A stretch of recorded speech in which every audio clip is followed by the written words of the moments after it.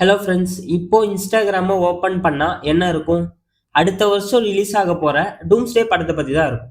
குறிப்பாக இதில் நம்ம ஆர்டிஜே நடிக்க போறாருங்கிறது தெரியும்.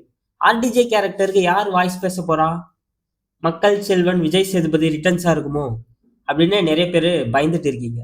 இதுக்கு ரீசன் என்னன்னா, 2018 நடந்த ஒரு சம்பவம்னு சொல்றதை விட ஒரு வரலாறுன்னு சொல்லலாம்.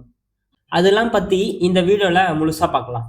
கரெக்டா இன்ஃபினிட்டி வார் முடிஞ்சதுக்கு அப்புறம் எண்டு கேமுக்கு ஒரு பெரிய ஒரு ஹைப் இருந்தது. காரணம் என்னன்னா, பெரும்பாலும் நிறைய சூப்பர் ஹீரோஸ் வந்து டெஸ்டா போயிருப்பாங்க. அதனால இந்த ஹீரோஸ்லாம் திரும்ப வருவாங்களா அப்படின்னு மார்வல் ஃபேன்ஸ்லாம் ஒரு பெரிய ஒரு ஹைப்போட இருந்தாங்க. காரணம் என்னன்னா, பெரும்பாலும் நிறைய சூப்பர் ஹீரோஸ் வந்து டெஸ்டா போயிருப்பாங்க.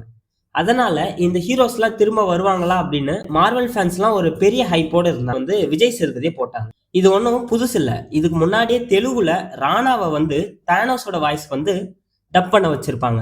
அப்போ வந்து ப்ரமோஷன் வந்து ரொம்ப பயங்கரமா இருந்துச்சு. அப்புறம் தான் லயன் கிங் படத்துல வந்து சித்தார்த், சிங்கம்புலி, மனோபாலா, அரவிந்த் சாமி அப்புறம் நிறைய தமிழ் ஆக்டர்ஸ்லாம் யூஸ் பண்ணி பேச வச்சிருப்பாங்க. ஆனா இது விஜய் சேதுபதி மார்வலுக்கு வந்து ஒர்க் அவுட் ஆகல. ஏன் சொல்றேன்னா, ஏப்ரல் 4 2019 அன்னைக்கு மார்வல் வந்து ஒரு ட்ரெய்லர் வந்து ரிலீஸ் பண்ணாங்க. ஃபேன்ஸ் வந்து அந்த ட்ரெய்லருக்காக ஈகரா வெயிட் பண்ணிட்டு இருக்காங்க. அப்போ அந்த ட்ரெய்லர்ல இருந்து ஒரு வாய்ஸ், யார் வாய்ஸ்ன்னு சொல்லி தேடினா விஜய் சேதுபதி அயன்மேனுக்கு டப் பண்ணியிருக்காரு.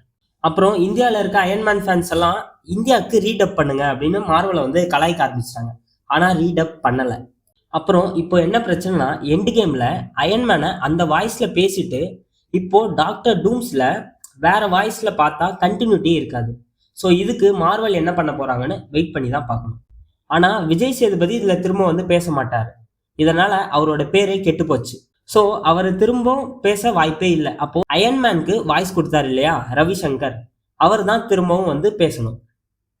ஓகே கைஸ், இந்த வீடியோ பிடிச்சிருந்தா லைக் பண்ணிட்டு கமெண்ட் பண்ணிட்டு போங்க. பாய்.